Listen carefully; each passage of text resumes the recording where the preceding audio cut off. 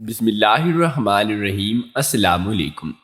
سوتن میری سہیلی ہی تھی اور ہم مل جل کر رہتے تھے تاکہ کسی ایک کی ہی اولاد ہو جائے، مگر ہم دونوں کی 5 سال بعد بھی اولاد نہیں ہوئی۔ ایک دن راستے میں ایک اندھی عورت ہم سے ٹکرائی، کہنے لگی کہ 1 روپیہ دو اور ایک بیٹا لے لو۔ میری سوتن نے مذاق اڑاتے ہوئے 1 روپیہ نیچے پھینک دیا۔ بڑھیا بولی، بیٹا تو تجھے ملے گا مگر ویسا ہی جیسا یہ سکہ ہے۔ کچھ عرصہ بعد واقعی اس کے گھر بیٹا پیدا ہوا، مگر اس کی شکل دیکھ کر ہم دونوں کے قدموں تلے سے زمین ہی نکل گئی کہ میں اور نائمہ بازار جا رہے تھے۔ میری ساس نے ہمیں روکنے کی کوشش کی، تم دونوں کہاں جا رہی ہو مجھے گھر میں اکیلا چھوڑ کر؟ تو مجھے اس پر ترس آ گیا اور میں نے کہا کہ تم چلی جاؤ، میں اماں کے پاس ہی رکتی ہوں۔ تو نائمہ نے مجھے ڈانٹ دیا اور کہنے لگی کہ جانا ہے تو ہم دونوں اکٹھے ہی جائیں گے اور تم بڑھیا کی فکر مت کرو، کچھ نہیں ہوتا اسے۔ وہ ایسی ہی تھی، جو منہ میں آتا تھا وہ بول دیتی تھی اور سامنے والے پر پھر اس بات کا جو مرضی اثر ہوتا، نائمہ کو کوئی فرق نہیں پڑتا تھا۔ نائمہ میری سہیلی بھی تھی اور سوتن بھی۔ ہم دونوں ایسے اتفاق اور یکجہتی سے رہتے تھے کہ دیکھنے والوں کو لگتا تھا کہ ہم دونوں بہنیں ہی، اور لوگ ہمارے مثالی سلوک پر وہ دنیا والوں کے ساتھ کتنی بھی کڑوی ہی کیوں نہ ہوں، لیکن اس نے میرے ساتھ کبھی بھی سخت لہجے میں بات نہیں کی۔ ابھی بھی اس نے ہم دونوں کی مشترکہ سانس جھڑک کر رکھ دیا، اور جب کہ میں نے اسے گھور کر دیکھا کہ اسے ایسا نہیں کرنا چاہیے تھا، وہ کہنے لگی کہ تم چھپ کر باہر چلو اور اماں جی کو سمجھا کر آتی ہوں۔ مجھے نائمہ کی بس یہی بات نہیں پسند تھی کہ وہ بڑوں کا ادب نہیں کرتی تھی، کسی کو اپنے سامنے کچھ بھی نہیں سمجھتی تھی۔ میں اکثر اسے سمجھاتی رہتی تھی، لیکن وہ کہتے ہیں نا کہ فطرت نہیں بدلی جا سکتی، تو میرا نہیں خیال تھا کہ وہ بھی اپنے آپ کو کبھی بدل پائے۔ خیر، ہم دونوں بازار آ گئے اور کچھ ضروری خریداری کرنے لگے۔ ابھی ہم واپس جانے کے لیے مال سے باہر آئی ہی تھے کہ ایک عورت ہم سے بری طرح سے ٹکرا گئی۔ نائمہ نے حسب معمول اسے بہت باتیں سنائی تو وہ معذرت کرتے ہوئے کہنے لگی کہ معاف کرنا، میں اندھی ہوں، میں آپ کو دیکھ نہیں سکی، اسی لیے غلطی سے ٹکرا گئی۔ مجھے بہت ترس آیا، افسوس ہوا کہ اس کے ساتھ ایسی بات نہیں کرنی چاہیے تھی۔ میں نے اسے اٹھایا اور کہا کہ آپ کو کہاں جانا ہے، ہم چھوڑ دیتے ہیں۔ وہ کہنے لگی کہ میں تو کوئی ٹھکانہ نہیں ہے، میں تو لوگوں سے 1 روپیہ لیتی ہوں اور بدلے میں ان کو دعا دیتی ہوں۔ تم لوگوں کو کیا چاہیے؟ تم میرے سامنے منہ بے اختیار نکلا کہ بیٹا۔ وہ اندھی عورت کہنے لگی کہ 1 روپیہ لو اور ایک بیٹا لے لو، میں تمہارے حق میں دعا کروں گی تو تمہیں لازمی بیٹا مل جائے گا۔ یہ سن کر نائمہ ہنسنے لگی اور کہنے لگی کہ کیا تم نے ہمیں پاگل سمجھ رکھا ہے؟ اگر تمہیں پیسے چاہیے تو ویسے ہی مانگ لو، یہ بیٹے والی بات کرنے کی کیا ضرورت ہے؟ پہلے تو شاید میں تمہیں کچھ پیسے دے دیتی، لیکن اب چونکہ تم نے 1 روپیہ مانگا ہے تو اب میں تمہیں 1 روپیہ ہی دوں گی، اپنا ہاتھ آگے کرو۔ اس اندھی عورت نے اپنا ہاتھ آگے کیا تو نائمہ نے جان بوجھ کر اس کے ہاتھ سے وہ سکہ گرا دیا اور کہنے لگی کہ لو، 1 روپیہ تو نیچے گر گیا، لیکن اب یہ تمہارا ہی ہے، اسے ڈھونڈ کر اٹھا لو۔ مجھے بالکل اچھا نہیں لگا کہ اس عورت کے ساتھ نائمہ نے اتنا غلط سلوک کیا۔ اس اندھی عورت نے جھک کر وہ سکہ اٹھایا اور کہنے لگی کہ تم نے سکہ دیا ہے تو بیٹا پیدا ہوگا ضرور، لیکن ویسا ہی جیسا یہ سکہ ہے۔ میں اس کی بات پر ایک دم سے دہل کر رہ گئی۔ مجھے اس عورت کی یہ بات بہت ہی پر اسرار سی لگی ہے۔ میں اسے بات کرنا چاہتی تھی، مگر نائمہ میرا ہاتھ پکڑ کر مجھے وہاں سے لے گئی۔ اس کے ذہن سے تو شاید وہ بات نکل گئی، لیکن میرے ذہن میں بار بار وہی عورت اور اس کی بات گونج رہی تھی۔ اگلے دن ہی نائمہ کی طبیعت خراب ہوئی تو ہم اس سے ہسپتال لے گئے اور اس سب کو یہ خوشخبری سننے کو ملی کہ وہ ماں بننے والی ہے۔ 5 سال بعد یہ خوشخبری سن کر تو ہم سب کی خوشیوں کا کوئی ٹھکانہ ہی نہیں رہا۔ خاص طور پر میرے شوہر اور میری ساس کی تو خوشی کے مارے آنسو ہی نکل آئے تھے۔ میرے دل میں تو یہی بات آ رہی تھی کہ کل اس عورت نے جو دعا دی تھی کہ 1 روپیہ دو اور ایک بیٹا لے لو، لگتا ہے کہ وہ قبول ہو گئی۔ مجھے پچھتاوا ہونے لگا کہ میں کیوں چپ کھڑی رہی، مجھے بھی اسے 1 روپیہ دے دینا چاہیے تھا۔ تو آج شاید میرے آنگن میں بھی بیٹے کی خوشخبری مل جاتی۔ میں اسی وقت سب کو ہسپتال میں چھوڑ کر چپ کر کے وہاں سے باہر نکل گئی اور اسی مارکیٹ میں چلی آئی تاکہ اگر آج پھر وہ اندھی عورت مجھے نظر آئے تو میں بھی اسے 1 روپیہ دے کر بیٹے کی دعا لے لوں۔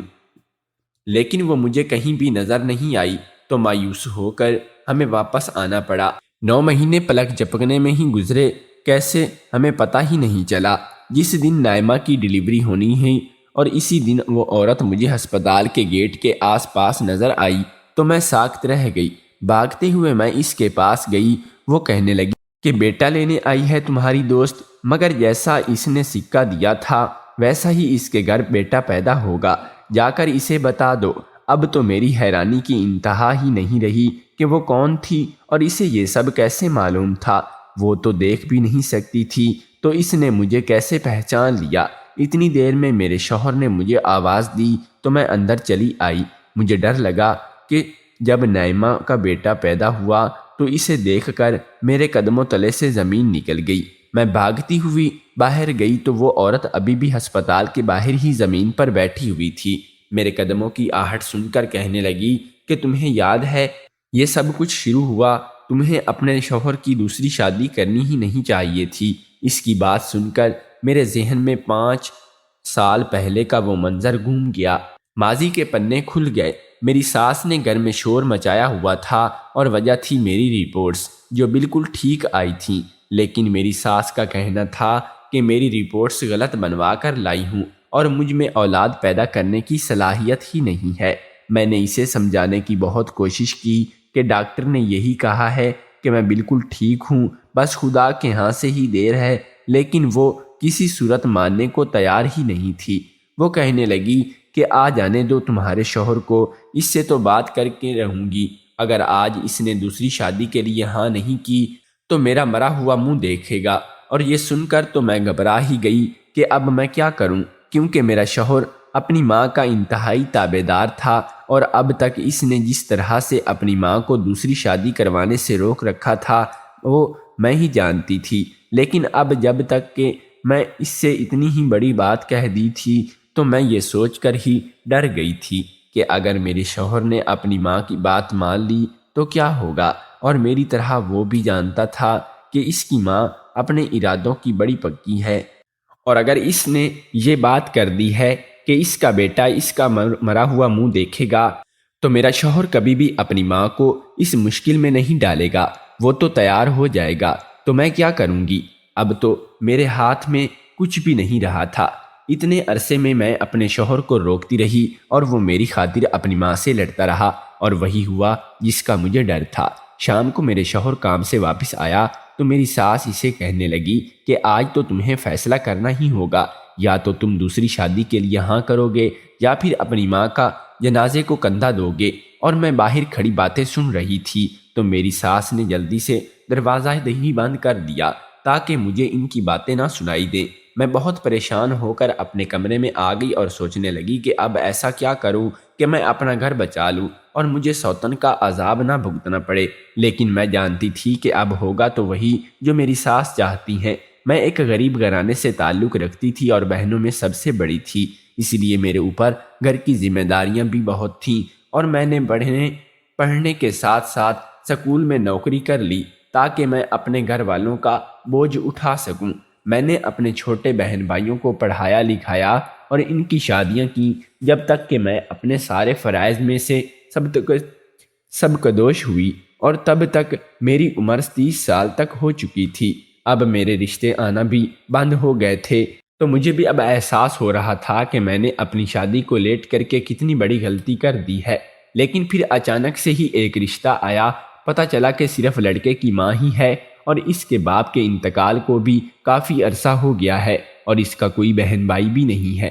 لڑکی کی عمر 35 سال تھی اور مجھے لگا کہ یہ میرے لحاظ سے مناسب رشتہ ہے، اور میرے ماں باپ نے بھی اس خوف سے کہ اگر اس کو ٹھکرا دیا تو کہیں پھر میری بیٹی کی شادی ہی نہ رہ جائے، اس لیے فوراً سے ہاں کر دی۔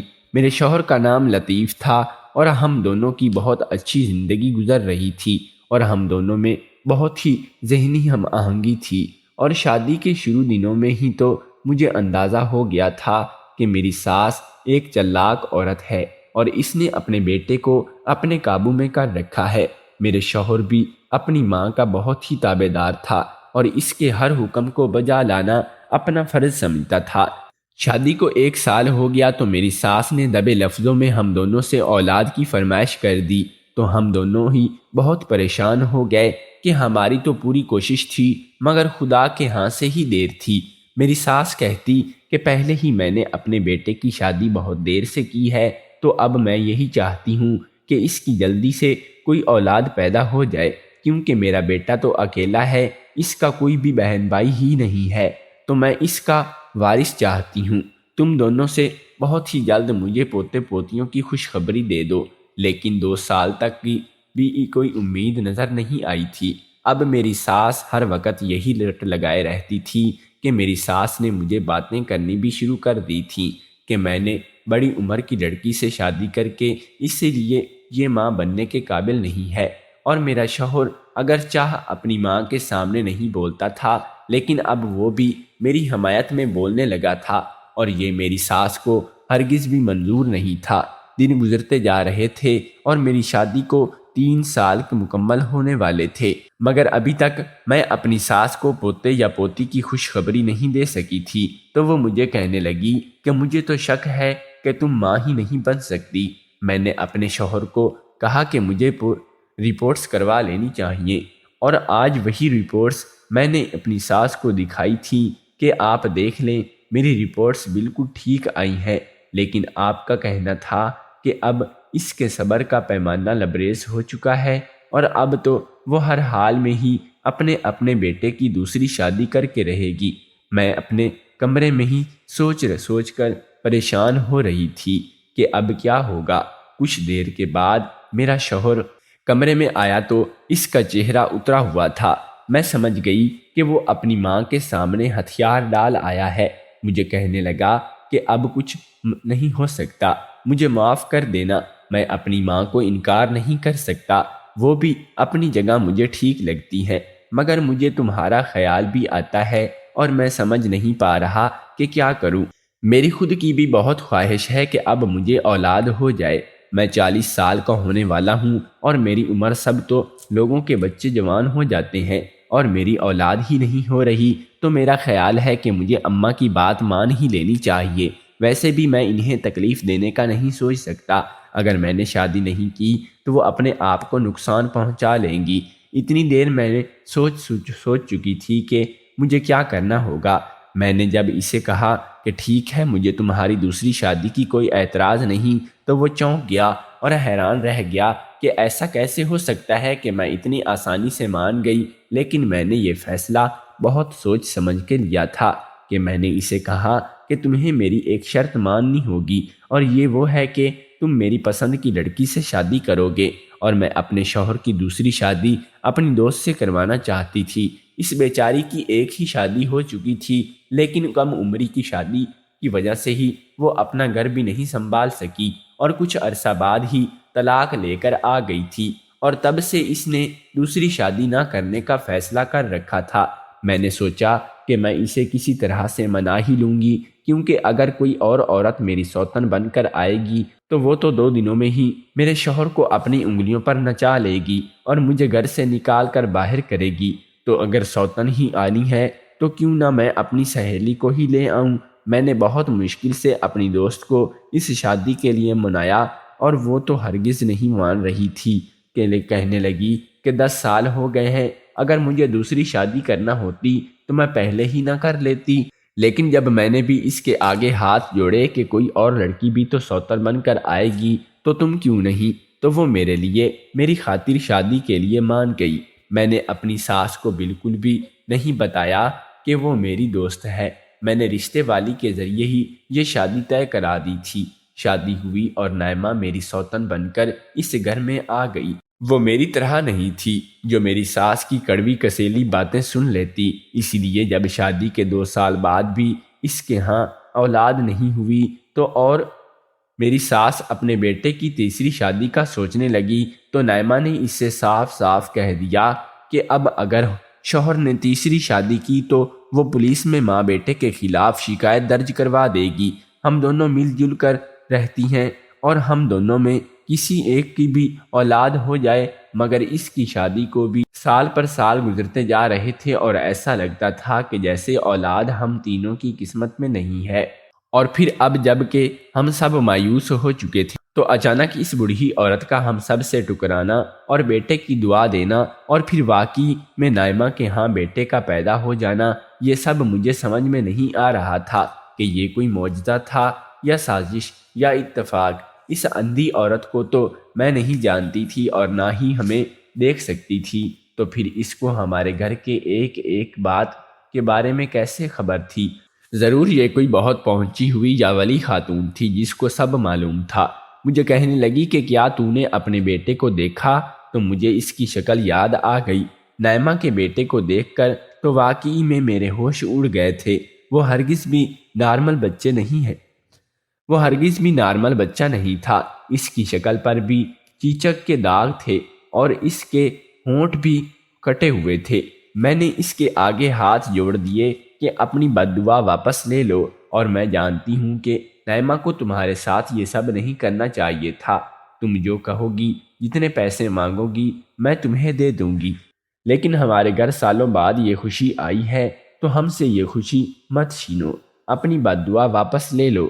وہ کہنے لگی کہ یہ سب اس صورت میں ہو سکتا ہے جب تم صدقے کی صورت تو گلے میں پہنے گی اور یہ سارے زیور اتار کر مجھے دے دو۔ میں نے ایسا ہی کیا تو کہنے لگی، چل جا اب دوبارہ نرس سے اپنی سوتن کا بیٹا مانگ، تجھے سب پتہ چل جائے گا۔ میں بھاگتے ہوئے کمرے میں واپس آئی اور نرس کو کہا کہ ابھی کچھ دیر پہلے میری دوست کی ڈیلیوری ہوئی تھی تو اس کا بیٹا مجھے دکھا دیں۔ تو وہ کہنے لگی کہ وہ تو میں اس کی ماں کو ہی پکڑا آئی ہوں، آپ کے باقی رشتہ دار بھی وہیں ہیں، آپ وہیں چلی جائیں۔ میں بھاگتی ہوئی وارڈ میں آئی تو نائمہ سے مسکراتے ہوئے اپنا بیٹا میرے آگے کیا تو میری جان سکون میں آئی، کیونکہ وہ بچہ تو بالکل ہی ٹھیک تھا اور اس کی مکمل طور پر شکل و صورت ہی بدل چکی تھی۔ اب تو میرے ہاتھ میں ایک ہی بہت ہی حسین اور جمیل بچہ تھا جو اپنی ماں اور باپ دونوں پر ہی گیا تھا۔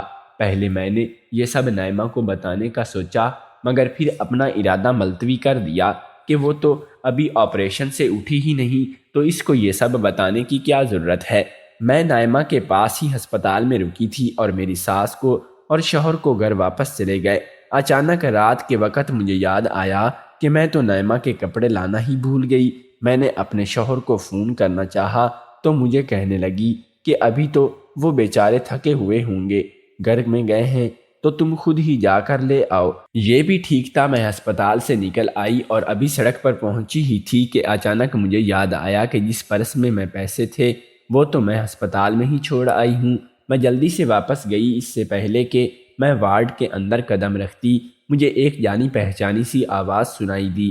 میں نے الجھتے ہوئے کمرے کا دروازہ کھولا تو اس اندھی عورت کو نائمہ کے پاس بیٹھے دیکھ کر میرے قدم تو جیسے زمین میں ہی گڑ گئے۔ وہ عورت تو شاید اندھی ہی نہیں تھی، کیونکہ وہ نائمہ کے ہاتھ پر ہاتھ مار کر ہنس رہی تھی، اور پھر اس نے وہی زیورات جو تھوڑی دیر پہلے مجھ سے لیے تھے وہ نائمہ کو کہنے لگی کہ یہ لو، جو تم نے کہا تھا میں نے وہ کر دیا اور سب کچھ ویسا ہی ہوا جیسا ہم نے سوچا تھا۔ نائمہ کی آواز آئی، وہ اس سے پوچھ رہی تھی کہ مجھے شک تو نہیں ہوا؟ وہ عورت کہنے لگی کہ نہیں، تمہاری سوتن کو بالکل شک نہیں ہوا، وہ تو بہت ہی بے وقوف عورت ہے، میرے صرف ایک بار ہی کہنے پر اس نے یہ سب کچھ مجھے دے دیا۔ میں دروازہ کھول کر اندر آئی تو وہ دونوں ہی گھبرا گئی۔ میں نے چلاتے ہوئے پوچھا کہ یہ کون ہو تم اور یہ سب ڈرامہ کیا ہے؟ کیا تم دونوں نے مل کر میرے ساتھ کھیلا ہے؟ مجھے تو یقین ہی نہیں آ رہا تھا کہ اس اندھی عورت نے مجھے پاگل بنایا اور اس کھیل میں میری دوست بھی اس کے ساتھ شامل تھی۔ میں تو حیران تھی کہ آخر اسے ہمارے گھر کے اتنے نجی معاملات کا کیسے علم ہو سکتا ہے، اور اب پتہ چلا کہ یہ ساری کارساتانی کو میری ہی دوست کی تھی۔ میں نے دکھ سے پوچھا کہ آخر تمہیں یہ سب کرنے کی کیا ضرورت تھی؟ اگر تمہیں میرے یہ زیورات ہی چاہیے تھے تو تم مجھ سے بھی ویسے لے سکتی تھی۔ مسکرا کر مجھے کہنے لگی کہ یہ سارا ڈرامہ میں نے تمہاری آنکھیں کھولنے کے لیے کیا ہے۔ میں جانتی ہوں کہ تم پچھلے 1-2 سالوں سے کچن میں کن چکروں میں پڑ چکی ہو۔ چھوٹے عاملوں اور پیروں اور فقیروں کو چکروں میں پڑ گئی ہو اور اس کی ہر بات پر اندھا دھند یقین کرنے لگی ہو۔ جس دن مجھے پتہ چلا کہ میں پریگننٹ ہوں تو میں نے سوچا کہ تمہارا یقین جانتی ہوں کہ تمہیں کسی حد تک ابھی بھی جھوٹے عاملوں اور فقیروں پر اعتماد ہے، تو میں نے ہی اپنی دوست کو یہ ٹانگ کرنے کا کہا۔ تمہارا کیا خیال ہے کہ 1 روپیہ دینے سے کیا ایک بیٹا مل جاتا ہے؟ جتنے بھی لوگ جو اس طرح کی باتیں کرتے ہیں یہ سب فراڈ ہوتے ہیں، ایسا کچھ بھی نہیں ہوتا۔ میں نے کئی بار تمہیں راتوں کو چھت پر جا کر عجیب و غریب عمل کرتے ہوئے دیکھا ہے۔ میں تمہیں کئی بار سمجھا چکی تھی لیکن تمہیں سمجھ ہی نہیں آئی، اور میں نے سوچا کہ اس بار تمہیں سبق سکھا ہی دوں کہ دیکھ لو، جس عورت پر تم نے اتنا یقین کر رکھی تھی کہ اس کی دعا سے مجھے بیٹا ملا ہے، وہ عورت بھی فراڈ ہی نکلی۔ یہ میری دوست ہے اور یہ بالکل بھی ولی اللہ نہیں ہے۔ اولاد تو اللہ کی دین ہوتی ہے، اور اگر تم اسے یقین کامل رکھ کر مانگو گی تو تمہیں ضرور نواز دے گا، لیکن اگر تم پیروں فقیروں اور غلط راستوں پر چل کر اسے مانگو گی تو پھر تمہیں کیسے مراد ملے گی؟ مجھے اس کی بات سمجھ میں آ گئی تھی۔ میرا تو واقعی میں یہی عقیدہ بن گیا تھا کہ اس عورت کی بد دعا سے ہی نعمہ کو بیٹا ملا ہے، اور اس کی بد دعا واپس لینے سے اس کا بیٹا خوبصورت ہو گیا ہے، جبکہ جو بچہ پہلے ہی میں نے دیکھا تھا وہ تو اس کا بیٹا تھا ہی نہیں، اور ان دونوں نے یہ ڈرامہ صرف میری آنکھیں کھولنے کے لیے کیا تھا، اور مجھے خوب اچھے سے سمجھ آ گئی تھی کہ اولاد دینا نہ دینا اللہ کے ہاتھ میں ہے، یہ انسان کے اختیار میں کچھ بھی نہیں ہے۔ گھر آ کر نائمہ نے اپنا بیٹا میری جھولی میں ڈال دیا اور کہا کہ یہ صرف میرا ہی نہیں تمہارا بھی بیٹا ہے، اور اب میری ساس کا رویہ بھی بدل گیا تھا اور نائمہ نے بھی اپنے رویے میں تبدیلی لانا شروع کر دی تھی۔ دوستو، اگر آپ کو ہماری کہانی پسند آئی ہو تو نئے آنے والے دوستوں سے گزارش ہے کہ ہمارے چینل کو سبسکرائب ضرور کر لیں اور ساتھ میں موجود گھنٹی کے بٹن کو دبانا بالکل نہ بھولیں، اس سے ہماری نئی آنے والی تمام ایسی سٹوریز سب سے پہلے آپ تک پہنچے گی۔